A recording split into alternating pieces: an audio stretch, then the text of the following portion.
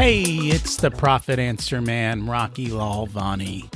If you're new to the podcast, check out my interview with Mike Michalowicz. It's episode number 2. If you want to hear about each chapter in the Profit First book, go back and listen to episodes 3 through 13. Episode 1 is the why and how. On the Profit Answer Man, we learn money mastery without all the complicated accounting mumbo-jumbo using a simple system. Your accountant is busy documenting your transactions and creating a rearview mirror of what happened. My guess is you don't even look at the reports they sent you. If you're like most business owners, you struggle with this, and it's not your fault. We aren't taught money in school, and accountants aren't taught how to be profitable. The Profit First system created by Mike Michalowicz works, and he certified me to help you implement the system in your business. Remember, the new equation is sales minus profit equals expenses. Let's face it, without cash flow, you can't pay your employees, buy needed materials, or pay your mortgage and support your family. I help you to do that and more, so you can focus on the parts of the business you love and receive the rewards for your labor and investment into your business. The stronger you are as a business owner, the more jobs you create, the better we are as a country. Small business owners are the backbone of America, and for that, you deserve to be well rewarded. Just remember, more revenue does not equal more profit. That's why we focus on the bottom line. We have an exciting show today with a powerhouse lawyer turned business consultant to share her Profit First journey and also share her book, Uplevel Your Business, Uplevel Your Life. Kristen David is a former trial lawyer who went from working 85 hours a week and taking home way too little money in her law firm, built it up to $1 million plus business that thrived without her. Since selling her law firm business, she now empowers business owners to build profitable businesses that are self-managed. Kristen's no-nonsense approach and results-oriented methodology has allowed her to help more than 1,500 business owners better manage their businesses. She also walks the talk and practices what she preaches. She runs her virtual business from around the world, living 1/3 in Seattle, 1/3 in Paris, and 1/3 traveling. Let's meet our guest. Welcome to the Profit Answer Man, Kristen David. It's great to have you join us today. Thank you so much for having me. Happy to be here. So, can you share a little bit about what your business is and what you do? So these days, I help business owners learn how to run stable, profitable businesses built with systems through our company, Upleveling Your Business. And prior to that, I was a lawyer by trade and ran a law firm before I built it up and sold it. And lawyers and profitable business are not usually, they don't go together, right? They don't teach math in law school is what I'm told. And people don't realize that. Lawyers know how to generate revenue. So top line, they don't know how to keep the bottom line. So true. So true. Yes. Law school sure doesn't teach us how to run a business and how to maximize profitability. Pretty much any professional these days, professional schools, dentists, doctors, all kinds of industries, they're great at teaching the technical, but not always how to run and manage a profitable business. And that's so true. I don't know why. I know on the medical side, it's taboo to talk about money in business during medical school and during fellowship and training. I don't know if that's true on the legal side. I think everyone's just so focused on learning substance and the technical, all the case law and the theories. And you're just in law school, you're just so caught up in learning the details and the technical aspects that kind of learning how to run a business is a secondary thought. It's not really on the spectrum. So how did you learn about Profit First? So as I was running my own law firm, and in the beginning, I was working 85 hours a week. I was struggling with, I was a great trial lawyer, but I just couldn't figure out how to juggle all the other competing needs of business ownership. And I had a CPA at the time who used to make me cry. I mean, he'd just at the end of the year say, you owe X number of thousands of dollars, and I wouldn't understand all this stuff. And we didn't have any kind of a reserve tax account to cover these things. And I just really struggled. And I started looking for other courses, classes to learn different things, got in with a business coach, started learning how to write a business plan. And ultimately, I had loved E-Myth Revisited and Built to Sell by John Warlow. And ultimately, Profit First came along and absolutely resonated. I'd been on those highs and lows of so many other business owners. So what was life like before Profit First? You mentioned a little bit about taxes. Were there other things that happened? Oh, sure. As you're growing, and we actually, after I learned to write a business plan, I grew from 350,000 to 700,000 in 9 months, and then rewrote my business plan and doubled again.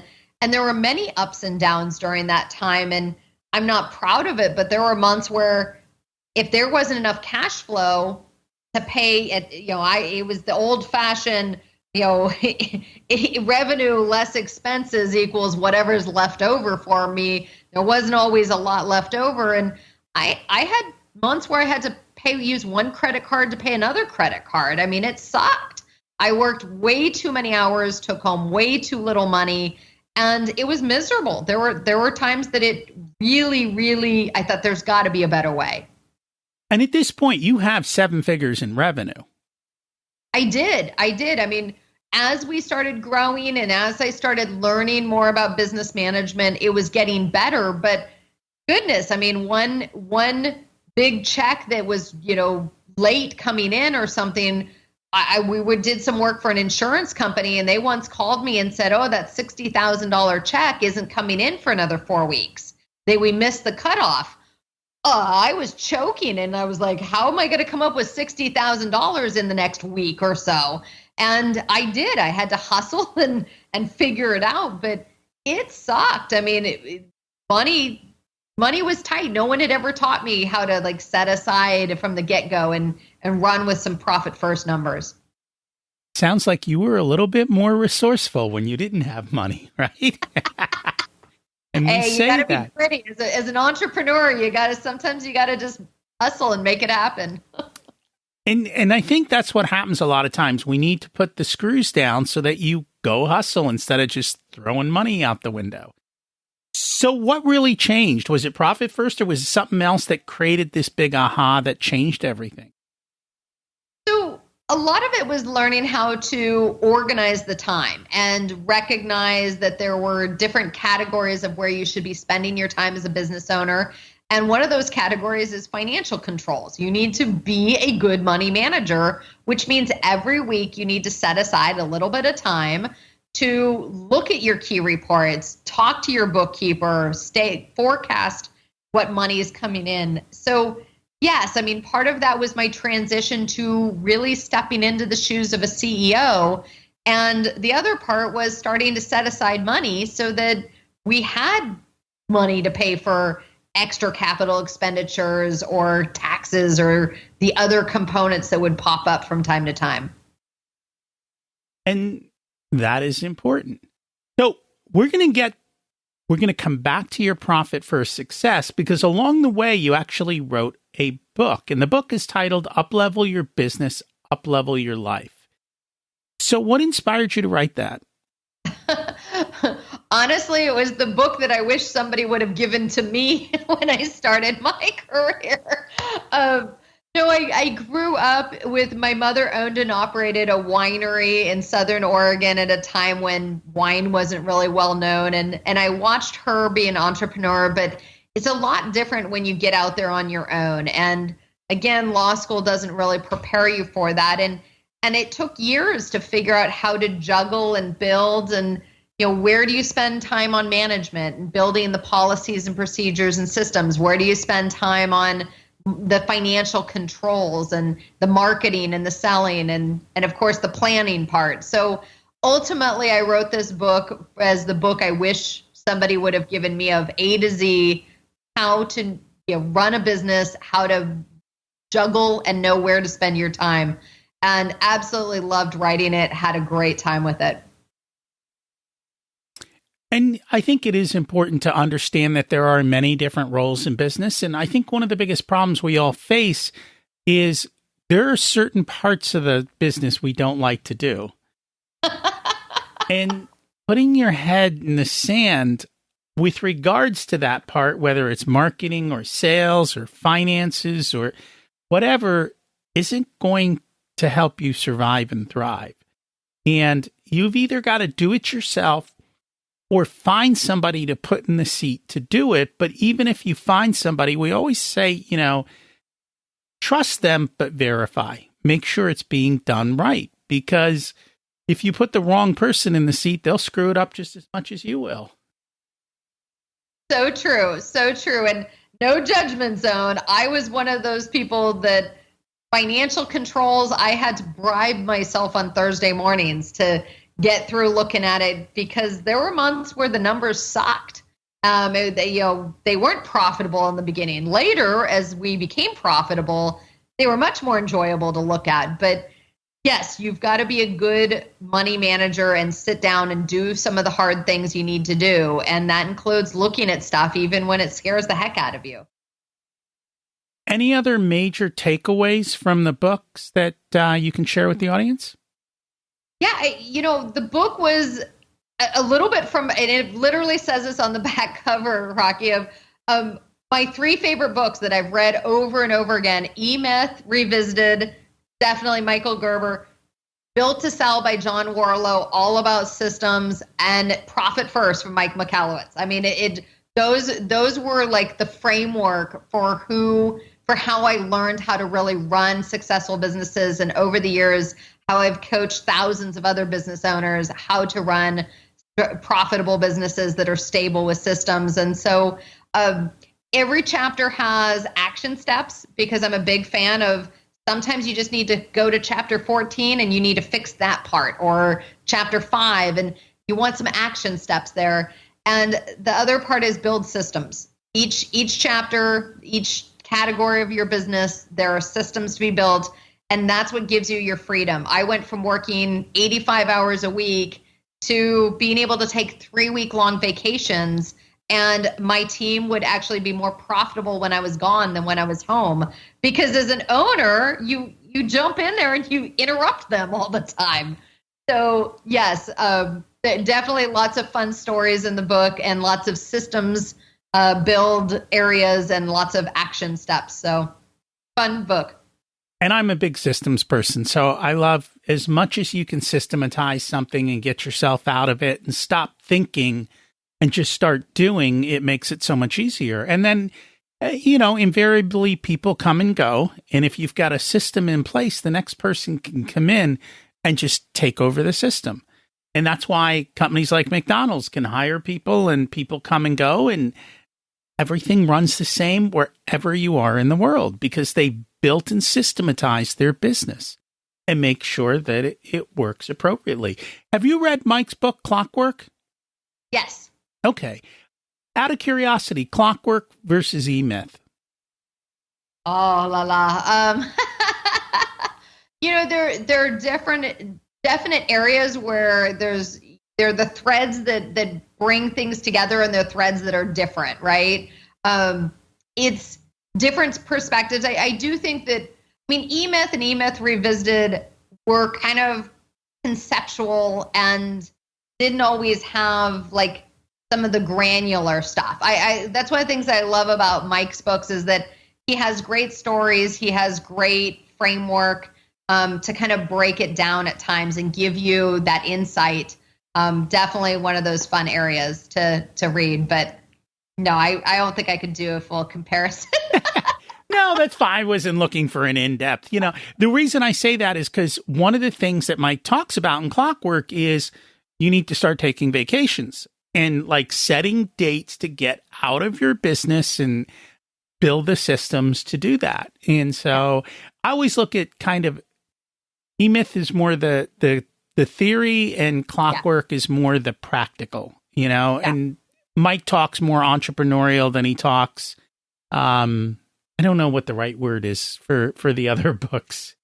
Yeah, I mean, E-Myth is much more 10,000 foot view. It's that end result you want, like showing up at a hotel in Northern California and they remember everything about your preferences and what you like. And right, it's that end goal that you're trying to get to. And it's the systems that like help people get there. So many different elements. It's funny. My book I published it last year, but this year, it's gotten so much great media and press. It was named in Forbes as one of the top 21 business books to read in 2021. It was also in USA Today just months ago, last month, whenever it was. And, it's definitely a book that's got some grit with like not just theory, but reality based and some stories that help you kind of get to it of, okay, here's what to go fix. Go work on this one little piece. Much more granular. So I think it's a little more towards the Mike Michalowicz side of like giving action items for entrepreneurs to get in there and make some changes to make some, see results. So you've brought them both together and added profit first. You've created the perfect of all three. And I think, the second part of your title, I think is something that changed in 2020. Everyone all of a sudden started looking around going, what am I doing with my life? And they were forced to in some senses. So upleveling your life, I think, has become the new mantra of having to live through COVID. And so it is. I think a lot more people realize that the sky's the limit. I mean, I was fortunate in starting this virtual company. Even before COVID, I live a third of my time in Seattle, Washington, a third in Paris, France, and a third traveling the world. And you can run a successful business from anywhere if you just make that decision and build it that way. But it also, when part of the book was when you uplevel your business and build systems and you start thinking in a systems format, inevitably those systems follow into your home life as well. And things become more streamlined and easier, and you don't have to make as many decisions. You create that atmosphere, and that's just a really important part of upleveling your life and being able to enjoy life more. So, yes, but COVID has definitely been one of those areas that people are realizing they can work from anywhere. They can. Well, my business was built the same way. My business was built that I could work off of a laptop. As long as I had internet connection, then life was good. I do like dual monitors, but we have travel monitors too. So I can take little teeny flat screens with us and set up somewhere, plug into internet, and off the business goes. And I think that was, for me, that was what changed with COVID. All of a sudden, everything went from in-person to online. And I showed up online with great technology and great sound, and all of a sudden you become the star just because you were there ahead of everyone else. Yeah. And then all of a sudden everyone else was willing to meet on Zoom, willing to network on Zoom, to change the way that they were doing things. And I've always, like I said before, I've always been a systems person. So even at home, our life is run by our calendar. The calendar says what we've got to do and when, and the kids know. If it isn't on the calendar, it doesn't happen. If you want it to happen, put it on the calendar. And between all their schedules and everything else, we do our best to systematize our financials, both personally and in business. So we've always used the same principles of profit first in our personal life for over 30 years. And that's the reason I was able to build wealth. So you use profit first in the book. Let's go on to your profit first success story. You've started this virtual business as a pivot. What happened? So I've been helping coach exclusively lawyers for about 7-8 years. and decided it was time to branch out, help some of those. I'd been a legal and medical malpractice defense attorney over the years and had a lot of relationships in medical fields. And they were all asking me, when was I going to come help them build stable, profitable businesses?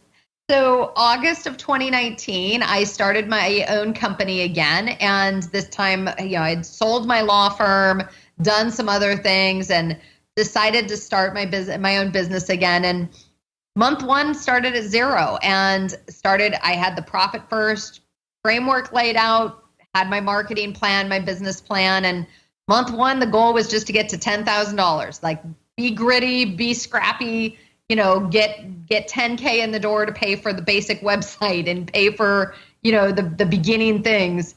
And month two hit that. Month two was 20,000. Month three, we, targeted 30,000, hit that. And we finished out month 12 having our first $100,000 month in July of 2020.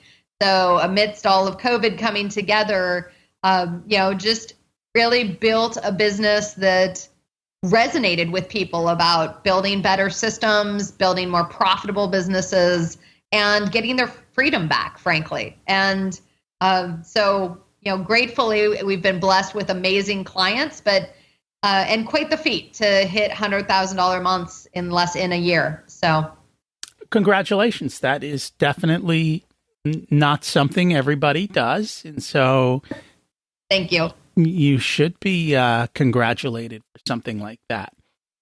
So, essentially, then you used Profit First as a startup, and were you able to be profitable in your first year? Absolutely, yes. In fact, my CPA works with a lot of startups, and, everybody talks a great game when they come to a CPA or a business attorney. Oh, I'm going to start this business and I'm going to do all these things. And I'm sure they've heard it over and over again. And so I was meeting with my CPA at month 12, and he's looking over my numbers and kind of got this concerned look, not concerned, he's just like flabbergasted. And I said, what's going on? We were on a Zoom call. And, it's never a good look when your CPA is giving you this boggled look, right? It's like, what's wrong? What did I do wrong? And he's like, no, you're good. You're good. Because it's just not very often, Kristen, that we have a startup in month 12 with $168,000 of extra profit sitting there in the account. He goes, doesn't normally happen. And I was like, oh, so it's a good thing. He goes, it's plenty good. See, for me, that's just the expectation. I'm fighting with all these people going, well, it's a startup. We can't be profitable. Like, why can't you be profitable? Yeah, we have to reinvest all our money. No, you don't. No. And that was, we use a modified version of Profit First in that we've got a tax account, a profit account, an owner pay account, in addition to my salary and such. But then we also have some kind of capital expenditure, a couple other little things that are earmarked so that we really kind of build and grow. And it's actually something that we really encourage our business clients to do is we help them build a benchmarking budget and look at what percentages they're using and help them get to more of a profitable stance and get back into some kind of a profit first scenario so that they're setting money aside and profit gives them so many more options. It gives them the confidence that they've got runway, that they've got leverage, that they've got opportunities. So yes, definitely a profit first champion over here. Well, it gives you freedom and it allows you to make decisions based on your values, not your bank balance. And you're not wasting time being freaked out all the time. Instead of that, you're actually being productive, or you're on vacation. So that's fine. That works too, right? Why spend your day frustrated when you could spend it on vacation because you did things right? What are some of the biggest mistakes that you see these professionals make? So a lot of them will set profit money aside, but then when they have one bad month, they'll just tap into it right away instead of getting gritty, instead of hustling a little bit more. And it's kind of going back to that mentality of, profit's just whatever's left over after everyone else is paid. And I really try to kind of push them to, hey, that is an absolute last resource. Instead, we need to be gritty and we need to, get on the phone and call 50 people, reach out to your best clients, ask them, what else can I take off your plate? I get in there and find other ways to generate some interim revenue. So that's one of the things that I see people do is borrow too soon. So one of the things, and Mike has this same exact problem as these business owners, even to this day. Mike puts his profit and his tax in a separate bank that's not the original bank, and that bank requires both signatures. So he needs someone to co-sign his checks because he knows he will spend it. And so he's set up a system that prevents him from stealing from himself. And if you need to do that, then do that. And find somebody to be that person who will hold you accountable and force you to be a little scrappy and gritty and go out. And that's what's good about the Profit First system is it gives you that visceral feeling immediately, and it gives it to you early. Most times we don't find out about this until after we've spent our tax, pay, and profit. Here, it's showing you right up front that you're about to cut into your home income and what the government's coming for. Don't you do that. And so it does that very, very well. What else have you seen that these business owners struggle with? So another area is that sometimes they see a dip or a decline, but they're not really sure.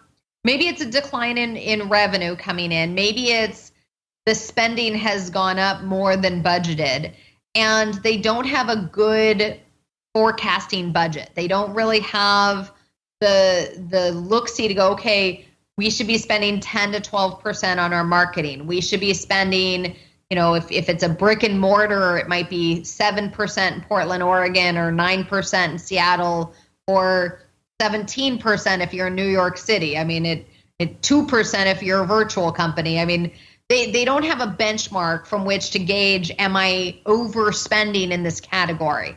And so it's harder for the business owner to know, where do I need to tighten in? What's out of line from what I should be spending? And sometimes those items that are out of alignment sometimes it's those little tweaks that could be made if they can just hone in and figure out what those are.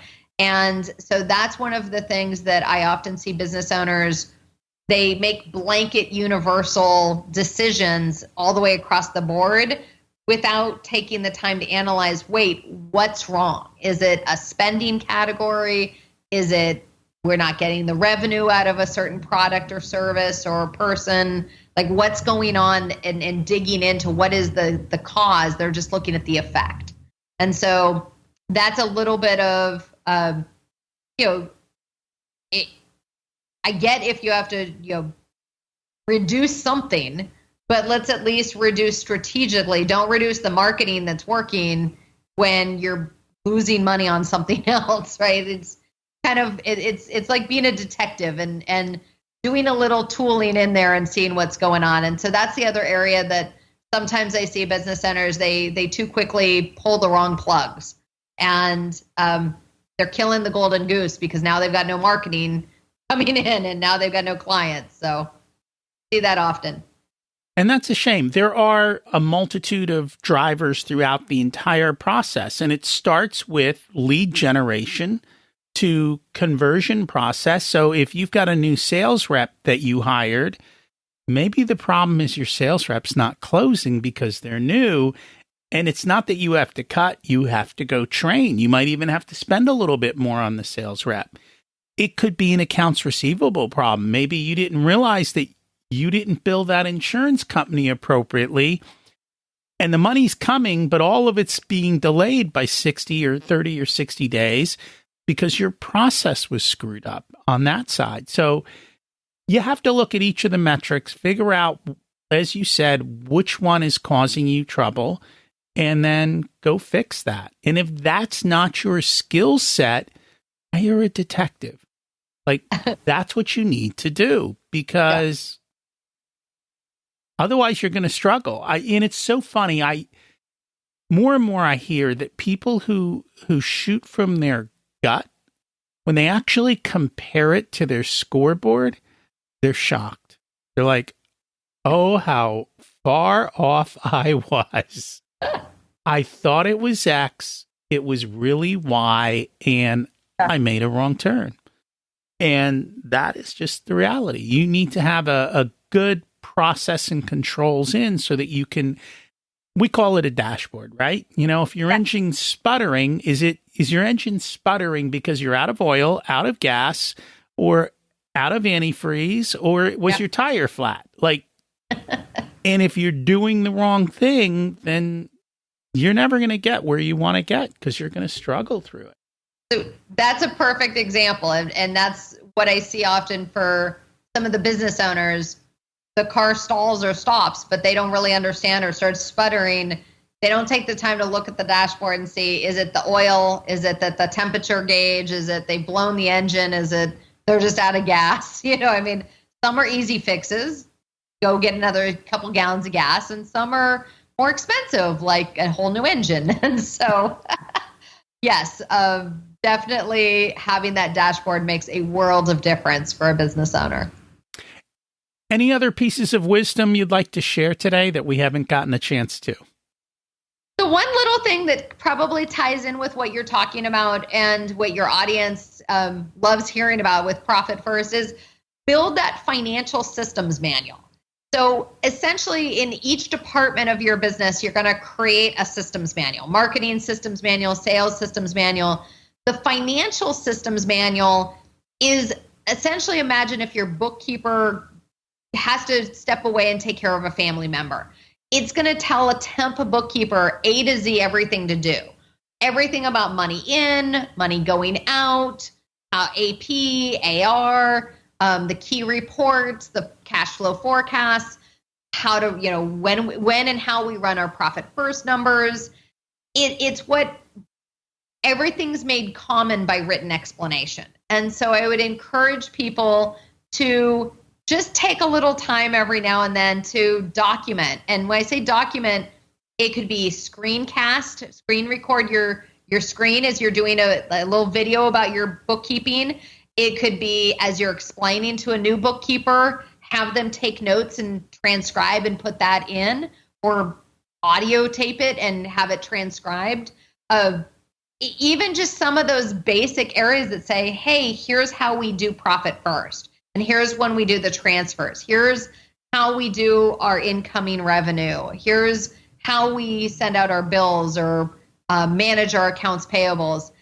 That is what gives a business more stability and that freedom, so that if the owner's on vacation and something happens to the key administrator or bookkeeper or someone, you know, others can step in and do a great job and the business doesn't falter. And so that's just my final comment, is little plug to tell people to build their financial systems manuals. So here's the thing, and we've had guests on before. If you can show a potential buyer of your business all your systems manuals and show that you don't need to be involved in the business, the value of your business doubles. Like immediately. Yeah. So when I sold my law firm business, my policies and procedures manuals were $100,000 asset just for that one asset on the books. I mean, it increased the value of the entire business, but when we got down to negotiating, I mean, this is part of writing those policies and procedures and systems. Short term, it gives you your freedom. Long term, you're building an asset that has true cash value. So yes, I'm a big proponent. So thank you for talking about that. That is impressive. So one final question on that, because I think this is always the struggle. When do you start building these manuals? Early and often. There you go. Early and often, right? No, we all think we'll do it when we have people. And listen, when you do hire employees or a new bookkeeper, that's a great time to build them. As you're explaining to that person, audio record the whole thing, get it transcribed, make one of their job description tasks to transcribe and create the manual, or at least parts of it, it doesn't happen in one day. It's something that takes, unless you've got a framework of what someone else has built, but it definitely have a game plan and be working on it. Our bookkeeper in my law firm business and we spent about 3 months building it from scratch. And when she had to step away for her dad died unexpectedly, and we had a temp, I think the business was doing about 1.4 million at the point. And she had to completely step away. And we had a temp come in and in a day was fully up to speed, ran the business for 2 months. My bookkeeper sent me the nicest card afterwards saying, Kristen, I know that was a lot of time we spent building that systems manual, but I got to tell you, it gave me such relief to know you were in good hands while I was gone. And I knew that everything would run smoothly. So it gave her peace of mind. It gave me peace of mind. It's why that's one of the systems manuals we now sell it on my business, is helping people build the sales systems manual, the financial systems manual, because each of these give stability to a business and help protect for not just if, it's when something happens. We want that stability in our business. And that is so true. We will all face storms. We tend to think they're never coming. They're always coming. And then it's like, surprise, emergency. No. That's not a surprise. It's not a surprise. It's not an emergency. That's why your car has a spare tire, because that's what happens. Be prepared. And that's really what it is. If people would like to connect with you, find out more about your services and so forth, what is the best way for them to do that? Just come on over to our website, uplevelingyourbusiness.com. Lots of information about the systems packages we sell. We've got a coaching program. We do a ton of fun workshops all over US and Paris when we get back to traveling. We've got a great scalability workshop planned for Paris. But lots of information on the website. And thank you, Rocky, for having me on. I always love getting to talk about profit first and successful, stable, profitable businesses. And I think I want a vacation in Paris, so maybe I'll come take the course, because that becomes a tax write-off. Exactly. And each day we do, it's about 3/4 of a day of work on the business, and then you get the afternoons to have fun in Paris. But we also do each day as an experience. You learn lessons, learning a cooking lesson of making some French pastries. I take everybody to a Michelin star restaurant, a lot of lessons about staffing and scalability and high level quality products. So yes, a good, enjoyable business work session. And yes, you can enjoy Paris. Sounds like fun. Thank you so much for joining us today. Thank you, Rocky. Wow, that was powerful. So, are you ready to set up systems in your business? One of the main ones is financial, but there are a multitude of other systems in your business that need to be created. Don't wait until it's too late. Today is the perfect day to get started. And remember, you can delegate, so you don't even need to do this yourself. It's time for you to uplevel your business and uplevel your life. Check out her new book. Links to everything are in the show notes. Reach out to Kristen if she can help you, or me if you need the financial support. Remember, you don't need more resources. You need to be more resourceful. We focus on the bottom line. If you want a done-for-you service, you can have me as your Chief Profitability Officer, because you have your zone of genius and want to spend your time doing what you love. I only work with a handful of clients, so they get my full attention. I work with business owners who have or are growing to $500,000 to $5 million in revenue. You can use the scheduling link in the show notes to get on my calendar for a good fit conversation to see if I'm the right person to support you and how I can help you. If you want to learn about living the life of your dreams, check out my other podcast, Richer Soul. As we close out, let's repeat the mantra. Revenue is vanity, profit is sanity, and cash is king.